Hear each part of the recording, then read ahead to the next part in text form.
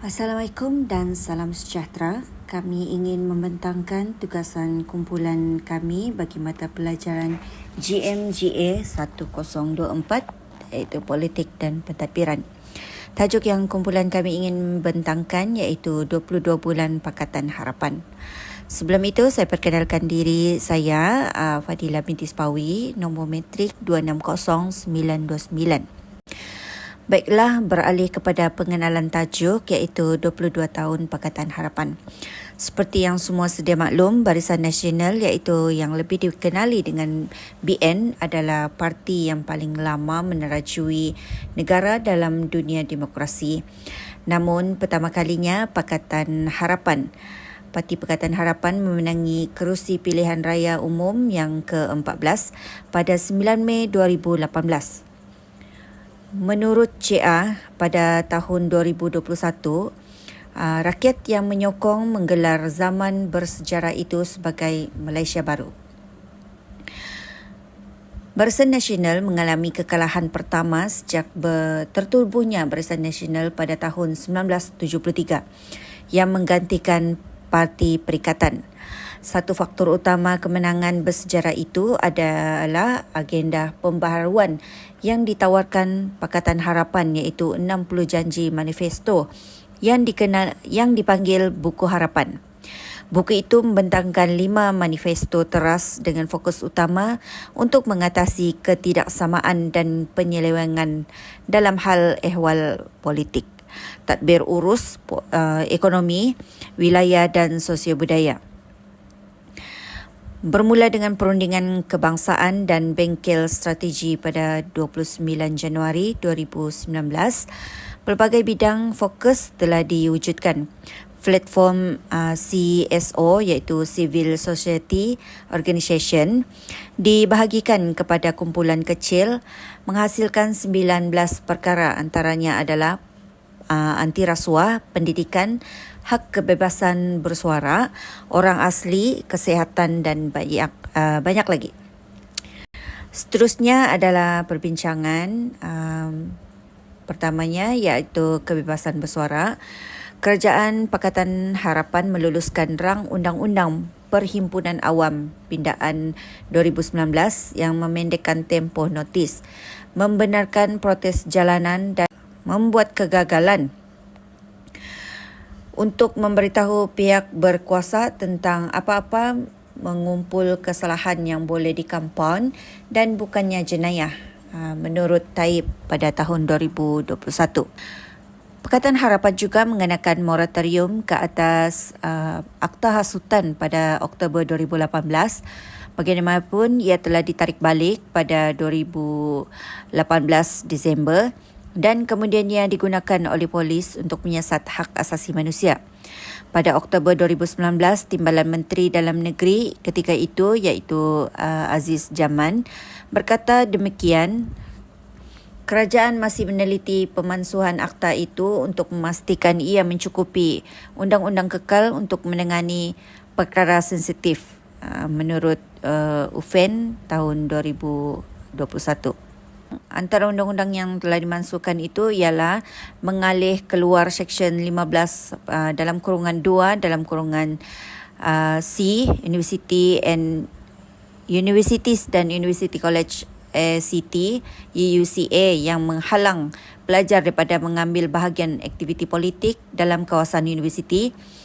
Ya, seterusnya memansuhkan Akta Anti Berita Palsu 2018 pada 9 Oktober 2019 dan seterusnya melonjakkan Malaysia ke kedudukan tertinggi dalam World Press Freedom Index di 101 pada 2020. Seterusnya adalah akses kepada keadilan, kedaulatan undang-undang dan pembela hak asasi manusia. Pakatan Harapan mencapai beberapa kemajuan dalam bidang tertentu. Sebagai contoh, yang perkenalkan moratorium kepada hukuman mati, walaupun itu masih kurang daripada janji untuk membatalkan kematian mandatori dengan menggantung dalam semua undang-undang dan untuk mewujudkan independent police complaint and Misconduct Commission IPCMC. Undang-undang drakonian tidak dimasukkan walaupun berjanji untuk berbuat demikian. Malah langkah meratifikasi status ROM Mahkamah Jenayah Antarabangsa akhirnya ditarik balik kerana orang tekanan ramai. Menurut Taib pada tahun 2021. Assalamualaikum, salam sejahtera. Saya Muhammad Sul-Ajrin bin Muksin. Nombor metrik 266942. Okey, saya sambung seterusnya iaitu harmoni. Terdapat banyak penglibatan dengan pelbagai pihak berkepentingan untuk menambah baik dasar dan undang-undang. Salah satunya adalah penglibatan adalah mengenai penggubalan Suruhanjaya Keharmonian dan Rekonsiliasi Nasional, projek perintis oleh Gabungan Bertindak Malaysia GBM, yang mempunyai ahli berbilang etnik gabungan pelbagai agama untuk bekerjasama dengan komuniti B40 ke arah kewujudan bersama secara aman dan pemerkasaan masyarakat.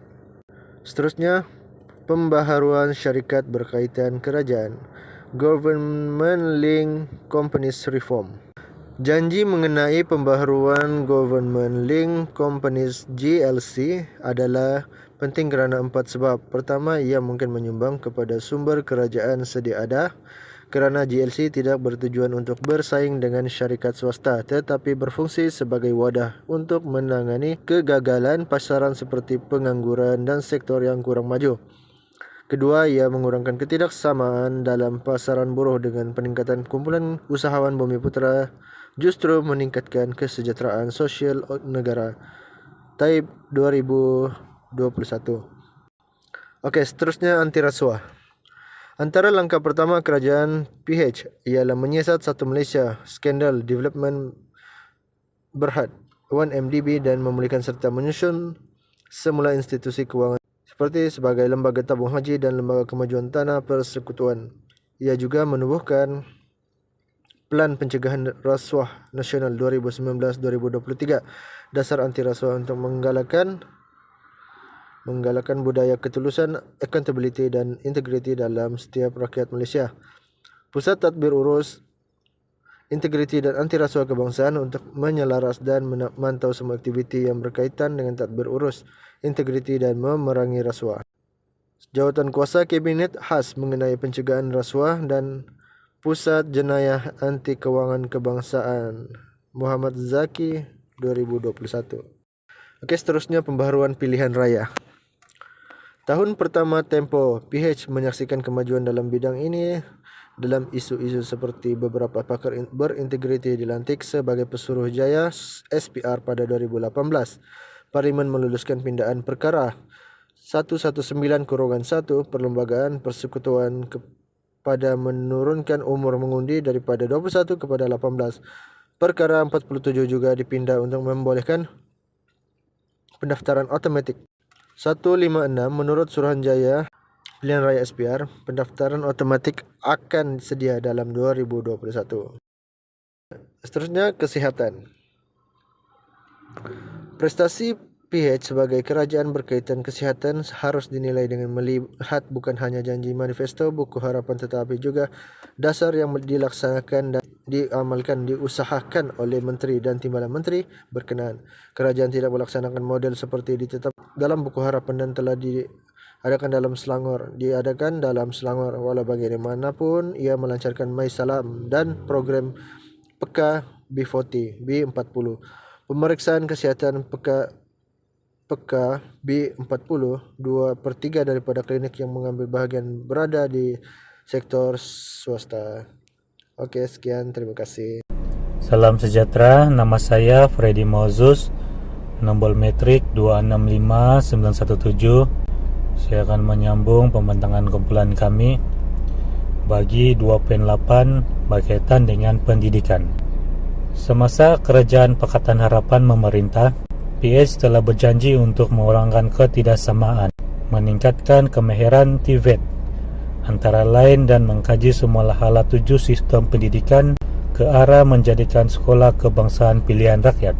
Kerajaan PH mula berusaha untuk menunaikan janji di kawasan ini dengan penubuhan daripada Majlis Penasihat Pendidikan Kebangsaan yang dipengurusikan oleh bekas Ketua Pengarah Pendidikan Dr. Wan Muhammad Zain Muhammad Nurdin. Majlis itu juga telah disebut dalam Makta Pendidikan 1996, tetapi tiada apa yang dilakukan oleh kerajaan terdahulu untuk mewujudkan Syekh 2021. Usaha yang seterusnya 2.9 berhubung dengan pelarian, cari suaka dan tanpa kerakyatan. Walaupun Kerajaan Pakatan Harapan telah melaksanakan banyak pembaruan dalam bidang ini, tapi tidak mengembangkannya, termasuk memberi hak bekerja atau meratifikasi konvensi pelarian PBB, walaupun janji dibuat dalam buku harapan. Pada September 2018, aktivis Rohania Rahman menulis surat kepada Perdana Menteri. Ketika itu Menteri Datuk Mahathir Mohamad memohon beliau untuk menghormati janji pilihan raya Pakatan Harapan untuk memberi hak bekerja kepada pelarian dengan kad United Nations. Usaha yang seterusnya 2.10 kanak-kanak. Kerajaan Pakatan Harapan telah menunjukkan komitmen untuk mengubah undang-undang profesion pekerja sosial yang perlu untuk memastikan pelindungan kanak-kanak dijalankan oleh pengamal mahir. Pembaruan ini mempunyai sokongan dan sepatutnya dibentangkan di Dewan Rakyat pada Disember 2019.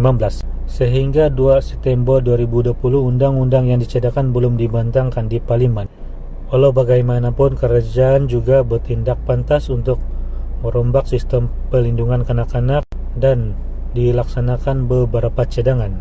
Ia mencipta pendaftaran pesalah seksual yang melaluinya organisasi boleh dijalankan pemeriksaan latar belakang pada kaki tangan yang Assalamualaikum dan salam sejahtera. Nama saya Muhammad Uzan bin Salimun. Nombor metrik 26668. Saya akan menyambung daripada pembentangan kawan saya, iaitu bab 2.11 wanita. Pencapaian kerajaan PH untuk golongan wanita adalah seperti berikut. Rangka kerja perlembagaan dan perundangan. Pertama ialah Gender Equality Act Special Protection Team. Pada April 2019, Kementerian Pembangunan Wanita, Keluarga dan Masyarakat mengumumkan pembentukan sebuah pasukan projek khas yang terdiri dari wakil kerajaan, NGO dan ahli akademik untuk membincangkan dan menyediakan draft undang-undang kesamaan jantina. Kemudiannya, persetujuan untuk menangguhkan rang undang-undang sementara ini ia memberi tumpuan kepada rang undang-undang gangguan seksual. Poin yang kedua ialah rang undang-undang gangguan seksual. Kementerian merangka rang undang-undang gangguan seksual dengan kerjasama masyarakat sivil melalui pasukan projek khas. Rang undang-undang adalah telah dibentuk pada Mac dan menurut pengumuman Januari 2020 oleh Timbalan Perdana Menteri Dr. Wan Azizah Wan Ismail. Undang-undang anti stalking. Kerajaan mengumumkan rancangan untuk mengubah undang-undang anti stalking dan membentuk jawatan kuasa di bawah bahagian hal ehwal undang-undang untuk mengubah rang undang-undang tersebut. Terdapat beberapa poin di sini, iaitu jawatan kuasa berbilang pihak itu terdiri dari wakil-wakil daripada wanita. Kementerian Pembangunan Keluarga dan Masyarakat, Polis Peguam Negara, Jabatan Kebajikan Masyarakat, Suruhanjaya Komunikasi dan Multimedia, Kementerian Dalam Negeri, Majlis Peguam dan Bantuan Wanita. Undang-undang yang dicadangkan telah digubal. Pindaan Akta Kerja 1955, draft pindaan undang-undang termasuk 90 hari cuti bersalin, peruntukan anti diskriminasi termasuk berdasarkan jantina, waktu kerja yang fleksibel. Kementerian Sumber Manusia telah merancang untuk mencadangkan 7 hari cuti paternity dalam pertukaran kerajaan. Okey, seperti yang kita maklum, baru-baru ini Menteri Sumber Manusia telah menguatkuasakan undang-undang ini berkuat kuasa 1 hari bulan Januari 2023, iaitu di mana cuti untuk bersalin telah ditambah kepada 98 hari dan cuti bapa bagi isteri yang bersalin telah dipanjangkan daripada 3 hari ke 7 hari. Perkara 2.12, Matlamat Pembangunan Mampan, Sustainable Development Goal. Satu kejayaan besar dalam SDG adalah apabila Parlimen pada Oktober 2019 meluluskan penubuhan kumpulan Parlimen semua parti mengenai Sustainable Development Goal GDS AMMGM /SDG dan Perikatan CSO di SDG Malaysia sebagai Sekretari. MP Petaling Jaya Selatan Maria Chin Abdullah telah dipilih sebagai pengerusi. Kementerian Kewangan memperuntukkan RM2 juta daripada bajet 2020 untuk kajian rintis 10 kawasan parlimen untuk melihat isu tempatan, penyelesaian SDG dan penyediaan kertas dasar SDG untuk semakan parlimen oleh CIA 2021. Terdapat sedikit kemajuan dalam bidang alam sekitar. Usaha telah dibuat untuk mengkaji semula Environment Quality Act 1974 dan menggantikannya dengan Akta Perlindungan Alam Sekitar yang baru. Ia telah dilakukan melalui beberapa sesi rundingan awam. Satu keputusan telah dibuat untuk menggubal undang-undang Malaysia mengenai pencemaran jerebu merentasi sepadan. Satu kajian teknikal telah dijalankan dan sebuah rundingan awam telah dijalankan pada 21 Mac 2020. Kesimpulannya, Kerajaan PH nampaknya mendapat markah tertinggi dalam penglibatan masyarakat sivil. Macam-macam entiti telah ditubuhkan pada peringkat yang berbeza untuk menggalakkan maklum balas masyarakat sivil tentang dasar dan reformasi perundangan, antaranya Majlis Penasihat Pendidikan Kebangsaan, Jawatan Kuasa Sebakan Dasar Pendidikan, Jawatan Kuasa Kecerdasan Rumah Tangga Kebangsaan dan Dasar Pasukan Petugas di UEC. Penglibatan sedemikian telah menghasilkan output seperti Strategi Nasional Perancangan dalam mengendalikan punca perkahwinan kanak-kanak dan peruntukan bajet 2020 untuk manfaat wanita bekerja. Sekian, itu sahaja daripada saya. Terima kasih.